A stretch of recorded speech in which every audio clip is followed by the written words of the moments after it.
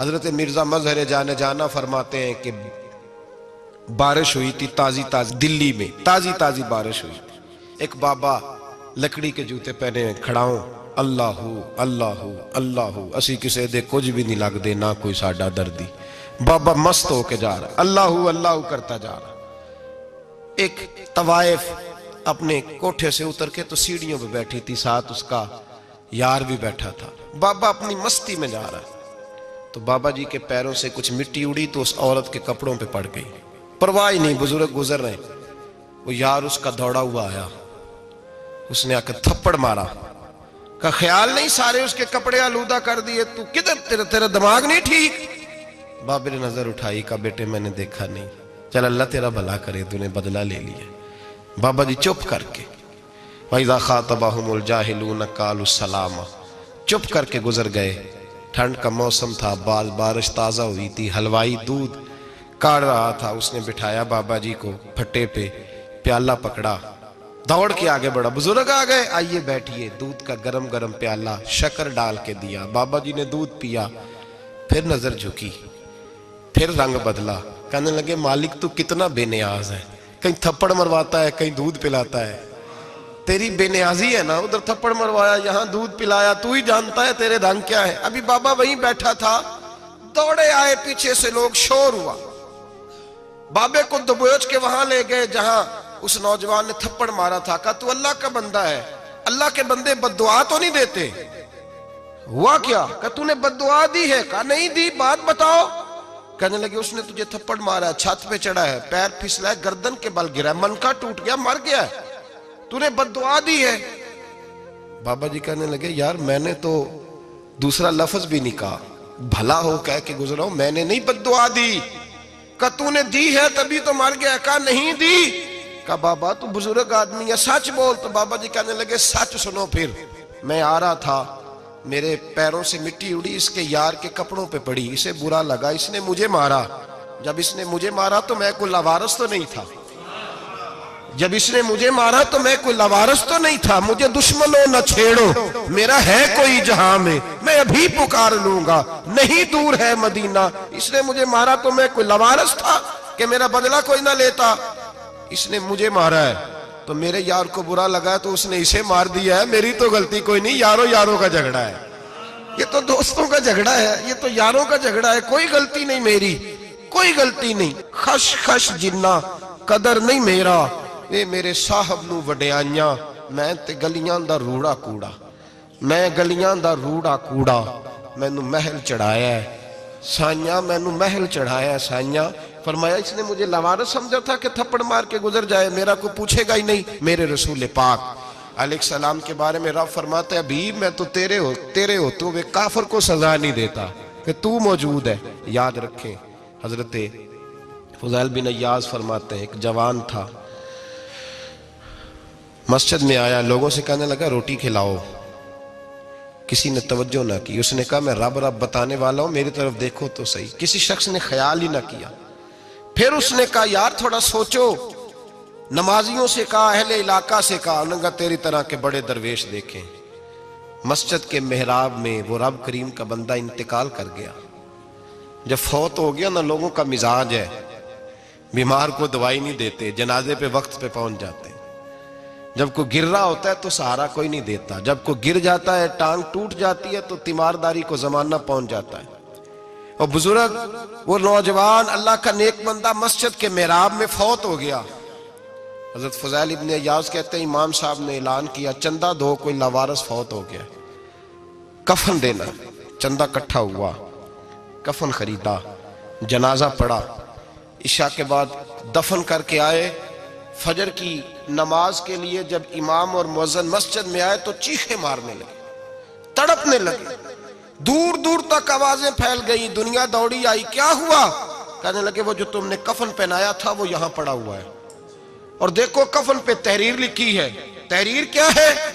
अर्श के मालिक ने फरमाया मेरे दोस्त ने रोटी मांगी, तुमने दी नहीं, उसने तुम्हें मेरे करीब करने के लिए अपनी तरफ तवज्जो कराई, तुमने की नहीं, और मेरा यार तुम्हारे कफन का मोहताज था, संभाल के रखो अपना कफन, मैंने उसे जन्नत का लिबास अता फरमा दिया, संभाल के रखो। ये कोई लावारसों का टोला है? याद रखें, जो वारिस वाले हैं, वारिस वाले उनका रंग और है, जो मानने वाले हैं उनका मिजाज और है। अपनी जिंदगी लवारसों की तरह नहीं गुजारे, थोड़ा सा इधर गया था तो फिर थोड़ा सा इधर गया था तो थोड़ा सा, ये क्या बात हुई, ये क्या बात हुई। अपने आप को, अपनी निस्बत को, अपने अकीदे को मजबूत रखें। 1 इंच के लिए आला हजरत फाजिल बरेलवी रहमतुल्लाह अलैह के मकान की दीवार गिर गई। एक कोना मकान का, आप जानते हैं पुरानी दीवारें छोटी होती थी और बारिशों में अक्सर घरों की दीवारें गिरी हुई होती थी। एक साइड की दीवार गिर गई तो उस कोने में हिंदुओं का घर था। अब मिस्त्री साहब रात को आए, उनसे बात हुई तो कहने लगे सवेरे काम शुरू करूंगा। कहा 1-2 साहब ने कि हिंदुओं का घर साथ है और वो दुश्मन भी बड़े ज्यादा हैं, तो रात को ही हो जाए। कहने लगा जी नहीं, मेरी मजबूरी है, मजदूर कहाँ से लाऊंगा, बड़े मामलात हैं, सवेरे शुरू होगी। अब रात को मौलाना जफरुद्दीन बिहारी अलैहि रहमा कहते हैं बच्चे मदरसे के, बाकी सारे लोग, सबको जमा किया गया, चूंकि उस तरफ से थोड़ा खतरा था हिंदुओं की जानिब से। कहा जनाब ये बड़े दुश्मन है इस्लाम के, तो इस तरह करो कि 2-3 बच्चों की ड्यूटी लगाएं या कुछ लोगों की यहाँ रात को पहरा दिया जाए। ठंड भी बड़ी ज्यादा थी, खड़ा होना भी मुश्किल था। आला हजरत रहमतुल्लाह अलैह इशा की नमाज के बाद जल्दी उजरा खास में तशरीफ ले जाते थे। उस रात जब देखा ना बाहर शोर हो रहा है तो उसी तरह सर पे एक रुमाल लपेटा तो बाहर आ गए। कहने लगे क्या शोर है? कहा हुजूर सर्दी जरा ज्यादा है तो यहाँ किसी की ड्यूटी लगानी है पहरे की। 2 मिनट खामोश रहे, फिर फरमाने लगे कोई जरूरत नहीं, जाओ सो जाओ सारे जाके, कोई जरूरत नहीं, जाओ अपने अपने घरों को, कोई आदत नहीं, पहुंच जाओ। कहा हुजूर मेहरबानी करे, वो तय होने लगा था। फरमाया मेरी वजह से क्यों कोई सारी रात बेदार रहे, जाओ तुम्हें कहा ना आराम करो। लोग सो गए। सुबह फजर की नमाज पढ़ के आला हजरत रहमतुल्लाह ताला अलैह जब सीढ़ियां उतर रहे थे रजा मस्जिद की, तो वो जिस हिंदू की जानिब से ज्यादा खतरा था वो सीढ़ियों पे बैठा था, मस्जिद की सीढ़ियों पे। सब लोगों की तवज्जो हो गई। कहने लगा मौलाना मैं कलमा पढ़ने आया हूं, मुझे कलमा पढ़ा के मुसलमान कर दो, मैं कलमा पढ़ने आया हूं, मुसलमान करें।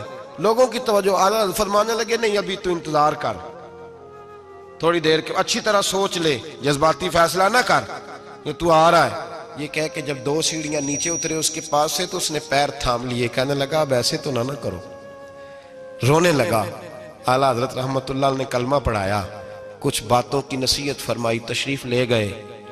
घेरने वाले घेर के बैठ गए। कहने लगे हमें भी बता बदला कैसे है। कहने लगा दीवार गिर गई, आधी रात के वक्त, आधी रात तक इंतजार करता रहा, पहरेदार कोई नहीं, तो 2 तलवारें लेकर जब मैं इनके मकान की जानिब बढ़ा, मैंने कहा आज गर्दन काटूंगा और काट करके निकलूंगा। कहता है जब मैं करीब आया तो 2 शेर खड़े थे, ऊपर से पलट के आया तो फिर खड़े थे, इधर से पलट के आया तो फिर खड़े थे। फरमाते हैं मैं 2 घंटे के बाद आया तो फिर पलट के खड़े थे, मैं फिर 1 घंटे के बाद आया, शहरी का वक्त हो गया तो फिर पलट के खड़े थे। अब मैं डर के भागा। कहते फाजिल बरेलवी ने अपनी खिड़की से मुंह बाहर निकाला। कहने लगे और कितना तजर्बा करेगा, मुझे तू लावारिस समझता है, लावारिस हूं मैं, और कितना तजर्बा करेगा, बस कर मान जा। मैंने कहा हुजूर ये कौन है, मुझे बताइए तो सही ये कौन है। तो कहने लगे मैंने सारी जिंदगी रसूलुल्लाह की अजमत का दिफा किया है, सारी जिंदगी गौसे आजम के नारे लगाए हैं। अभी तो ये मदद सिर्फ गौस पाक जैलानी की भेजी हुई है, अभी तो गौसे आजम की भेजी हुई मदद है। मौला अली अभी पीछे हैं, 2 जहां के महबूब अभी इससे पीछे हैं, वो तो अभी पीछे हैं, पीछे खड़े हैं कि जरूरत पड़ी तो हम भी तैयार बैठे हैं। ओ भाई आज रिवाज हो गया, रिवाज। मैंने 2-4 दिन पहले भी कहा था, लोग कहते नहीं कोई नहीं जरूरत, सामने सारा कुछ नजर आ रहा है। ओ खुदा के बंदो याद रखो, निस्बत है बड़ी चीज, जाने तगो दो में।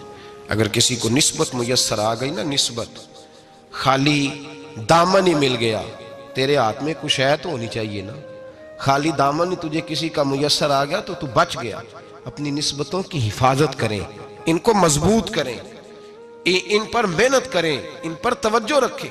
ये निस्बत जो होती है ना, निस्बत, ये देखे ना एक गत्ता है, आम किताब को लगा हुआ है तो जहां मर्जी रख दो, उसकी कोई कदर नहीं। लेकिन जो गत्ता कुरान मजीद को लग गया है उसको बगैर वजू छूना जायज है। एक पट्टे पे ईंट बनी है जो बाथरूम में लग गई, वहां बगैर जूते के जाया नहीं जा सकता, और जो मस्जिद में लग गई वहां जूते पहन के जाया नहीं जा सकता। ये निस्बत है बड़ी चीज। अगर मुयस्सर आए नसीब हो, अपनी निस्बत को मजबूत करके रखा करें, इसकी जौलानी का मुजाहरा किया करें। इस निस्बत में रोज तवानाई आनी चाहिए। मैं आपको बड़ी जिम्मेदारी के साथ एक बात बताता हूं तजर्बे की। हमें जितना किसी ने आके कहा है ना निस्बत के खिलाफ, हमारी निस्बत उससे ज्यादा मजबूत हुई। हमें जितना किसी ने आके कहा है ना जी आपको क्या मिला, आपको क्या मिला, तो हमने उतना कहा यार जैसे जैसे तो कहता जाता है हमारी तो निस्बत में इजाफा होता जाता है, हमारा तो मिजाज बदलता जाता है। रोज एक नया पर्दा खुलता है, रोज एक नया रंग वाजे होता है, रोज एक नई तवानाई। अभी थोड़े दिन की बात है, एक मौलाना शरफुद्दीन साहब है, मुफ्ती साहब, मेरे हजरत साहब के मुरीद हुए। मुफ्ती थे, आलिम आदमी थे, सरकार ताजु शरिया। हमारे शेख से बैत की। अब हमारे हजरत साहब का इस वक्त हाल वही है, वराई तन्ना सयदखुलून फी दीनिल्लाहि अफवाजा। अब फौजों की फौजें लोग आते हैं। हमने देखा है सिर्फ खाली मुरीद होने वाले बाहर सैकड़ों की तादाद में हजारों लोग बैठे हैं कि सिर्फ बैत इतना कह दे हमने कबूल किया। इस आलम में और जहां हजरत साहब का ऐलान हो जाए कि तशरीफ ला रहे हैं, वहां लाखों का मजमा जमा हो जाता है और एक झलक देखने को लोग तरसते रहते हैं। ये कैफियत हमने देखी। वो दौर गुजर गया, कभी ऐसा भी होता था एक मैं होता था, एक तू होता था और तीसरी तन्हाई होती थी। वो दौर बीत जाता है, वो लम्हे किसी किसी को नसीब आते हैं। हजरत का वो मौलाना शरफुद्दीन साहब कहते हैं मुरीद हुआ, तो मुरीद हुआ मजमे में रस्सी हजरत फेंकते हैं या चादर फेंकते हैं, तो पकड़ के मुरीद हुआ, तो साथ साथ और चादरें बांधी थी, लोगों ने पकड़ी हुई थी। एक मौलाना, मैं जब बैत होके आया उनको बताया तो मुझे कहने लगे यार तो ऐसी जगह मुरीद हो गया जो तेरी बात भी ना सुन सके, जिनको तो दुखड़ा भी ना सुना सके, जो मसरूफ ही बड़े रहते हैं, कहाँ मुरीद हो गया। तो ऐसे पीर का बैत होता जहां तू जाता वो तेरे पास आते, गुफ्तगू होती, बातचीत होती। कहते जब उन्होंने मुझे बहुत ज्यादा कायल किया ना, बहुत ज्यादा, तो मैंने इरादा कर लिया, मैंने कहा बात ठीक है, बैत कहीं और होना चाहिए था। कहते मैं इशा के बाद सोया तो हजरत साहब मुझे ख्वाब में मिले, ख्वाब में, और फरमाने लगे मौलाना जब आप मुरीद हुए थे तो आप इस जानिब बैठे थे, इस कोने में आप थे, इतने लोग आपसे पहले थे, इस हाल में आप मुरीद हुए थे, और जहां तक बातचीत करने की बात है तो आपने जो दिल में सोचा था वो मैंने आके आपको बता दिया है। फिर भी बड़ी जरूरत हो तो मेरे साहबजादे का नंबर ले लें और फोन कर लिया करें, बात हो जाया करेगी। कहते हैं ये अभी बात हो ही रही थी कि मेरे दरवाजे पे दस्तक हुई तो मेरी आंख खुल गई। मेरी आंख खुली तो मैं परेशान हूं कि नंबर तो मिला नहीं। एक इंजीनियर साहब मेरे मोहल्ले में रहते थे, फरमाते हैं वो शाम को मेरे पास आए और कहने लगे मौलाना सुना है आप हजरत मुफ्ती अख्तर रजा साहब से मुरीद हो गए। मैंने कहा, तो कहने लगे मैं उनके मदरसे में काम करके आया हूँ, मेरे पास उनके बेटे का नंबर है, चाहिए आपको? नंबर है चाहिए? कहते हैं नंबर मुझे वो शाम को घर आके दे गए। अब जब मैं आस्ताना नूर पे बरेली शरीफ मिलने के लिए हाजिर हुआ तो मेरे दिल में ख्याल आया, जब मैं अंदर गया ना तो मेरे दिल में ख्याल आया हुजूर ख्वाब जो आई थी, इतनी भी जल्दी क्या है, जरा ठहर जाइए, आप मिले जो थे तो साहब नंबर भी दे ही जाते। मेरे दिल में ख्याल आया तो अस्सलाम वालेकुम के बाद हजरत कहने लगे मौलाना मुझे तो जल्दी कोई नहीं थी, आपके दरवाजे पे दस्तक हो गई थी, मुझे तो कोई जल्दी नहीं थी, आपका दरवाजा बजने लगा था, मुझे तो जल्दी कोई नहीं थी लौटने की। हर मुश्किल दी कुंजी यारो हाथ मर्दां दे आई, और मर्द नजर करे जिस वेले मुश्किल रहे ना काई। बस लोगों ये याद रखो और इस पे अमल करो, अपनी निस्बतों को मजबूत करें। हमारा तो जैसे दिन का उजाला चमकता है ना, चमकता है दिल का उजाला, जैसे नया दिन चढ़ता है हमारे लिए तो एक नई रोशनी लेके आता है। अपने आप को बेदार रखें। सूरज अगर बाहर पूरा निकल आए ना तो जो आदमी आंखें जोर से बंद कर ले उसे कोई शय नजर नहीं आती। पूरा सूरज निकला हुआ भी हो, सूरज उसे नजर आएगा जिसकी अपनी आंखें भी खुली होंगी। तो आंखें ही नहीं खोल रहे, तो आंखें ही नहीं खोल रहे, आंखें, ये शिकवा आंखें ना खोलने का है, आंखें ही नहीं खोल रहे तो सूरज कैसे नजर आएगा। बात जरा सख्त है पर चलो आप मेरे अजीज हैं, कर जाता हूँ। मुल्ला रूमी रहमतुल्लाह ताला अलैह फरमाते मुझसे एक शख्स ने कहा कि नबी पाक सल्लल्लाहु ताला अलैहि वसल्लम अगर सिराजम मुनीरा है तो नजर क्यों नहीं आते? तो मैंने कहा उल्लू अगर आंखें बंद कर ले तो उसे कोई शय नजर नहीं आती, आंखें बंद कर ले तो उसे कोई शय नजर, तो आंखें तो खोलना, आंखें खोल। यहाँ मैं अपने कमरे में यूं पर्दा आगे करके लाइट बंद करके बाहर शोर मचाऊं, सूरज कोई नहीं, सूरज कोई नहीं, तो मुझे कोई बंदा कहेगा पागल है, इस तरह कर, बाहर निकल, इधर आ तुझे दिखाऊं सूरज है कि नहीं, तेरी तो अपनी आंखें बंद है। इकबाल कहते हैं दिले बीना भी कर खुदा से तलब, आंख का नूर दिल का नूर नहीं, अंदर की आंखें खोल, अंदर इतना अंधेरा है तो बाहर कैसे नजर आएगा। तो लोग आंख ही नहीं खोलते, दाएं बाएं देखते रहते हैं। निस्बत को मजबूत करें। रब तो फरमाता है हबीब तू मौजूद है तो मैं काफिर को भी अजाब नहीं देता। अब यहाँ खालिस निस्बत का बयान है, खालिस। ये नहीं फरमाया कि हबीब इनके अमल अच्छे हैं तो मैं अजाब नहीं देता, ये नहीं फरमाया कि हबीब यहाँ खाना काबा है तो मैं अजाब नहीं देता। निस्बत की बात फरमाई, निस्बत की। ये नहीं फरमाया कि हबीब यहाँ रोज तवाफ होता है तो अजाब नहीं देता, यहाँ तिलावत होती है तो फरमाया हबीब तू है, तू है, इसलिए मैं इन्हें अजाब। मदीने में कभी जलजला नहीं आया, पता है आपको? इसलिए नहीं आया कि वहां मेरे मुस्तफा का गुंबद खजरा है। कोई फसल वो बीजते नहीं, कोई फसल बोते नहीं, वो कोई फसल भी, लेकिन दुनिया की हर शय आपको मदीने में मिलती है। जो सबसे अच्छा फल खाना चाहे उसे मदीने में जाकर मिलता है, इसलिए कि वहां गुंबद खजरा की हरियाली मौजूद है। दुनिया की हर नेमत मिलती है इसलिए कि गुंबद खजरा जो मौजूद है। तो भाई ये निस्बतों की बात है, निस्बतों की। पुरानी उम्मतों में जब कोई गुनाह करता था तो दरवाजे पे लिखा होता था सवेरे, मेरे हबीब ने दुआ फरमाई मौला ये मेरे हैं इन्हें रुसवा न करना, ऐ अल्लाह मेरे हैं इन्हें रुसवा न करना। तो मेरे भाई सुन लो और याद रख लो, लाखों पाप भी लोग करके आए, सवेरे मुंह धो के निकल आए तो अर्श का मालिक रुसवा नहीं करता, बल्कि कहता है तू मेरे दामन में छुप जा, अंदर जाके जहां गुनाह किया है वहां जाके दिल से सच्ची तौबा कर ले, मैं कयामत में भी किसी को नहीं बताऊंगा कि तूने गुनाह किया। तो बरकत किसकी है? रसूल पाक की। ये बरकत किसकी है? हबीब दो आलम की सल्लल्लाहु। गुलामी का रिश्ता मजबूत करें, गुलामी का। वारस वाले बने, लवारस ना बने। लवारसों जैसी जिंदगी ना गुजारे, जहां मर्जी चले गए, जहां मर्जी छुट्टियां कर रहे, जितने मर्जी टाइम बिताए, जो मर्जी तबीयत में आया करते फिरे, पता ही कोई नहीं, हाल ही कोई नहीं, ये कोई कैफियत नहीं है कोई भी। मुझे एक साहब कहने लगे कि एक पीर भाई पूछ रहा था हजरत साहब का हाल क्या है। मैंने आज के बाद उसने तुझसे पूछा तो बिल्कुल ना बताना।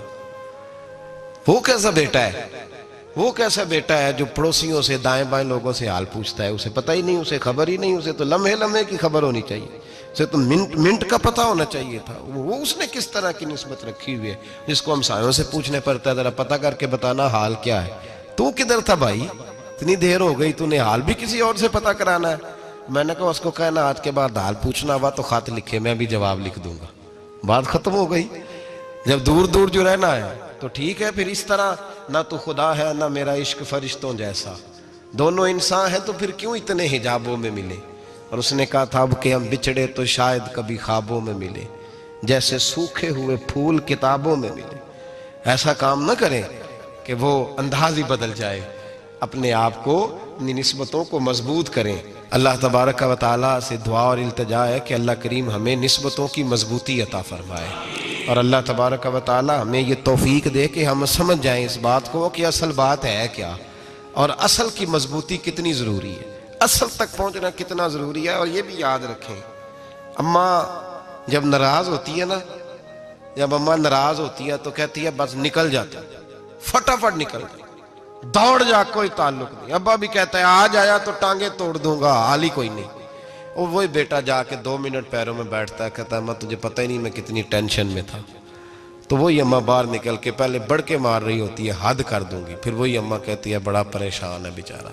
ये कैफियत है, अपने आप को सही करें, अपनी निस्बतों को मजबूत करें, अहकामात पे अमल करें, महबूब की गुलामी तगड़ी करें।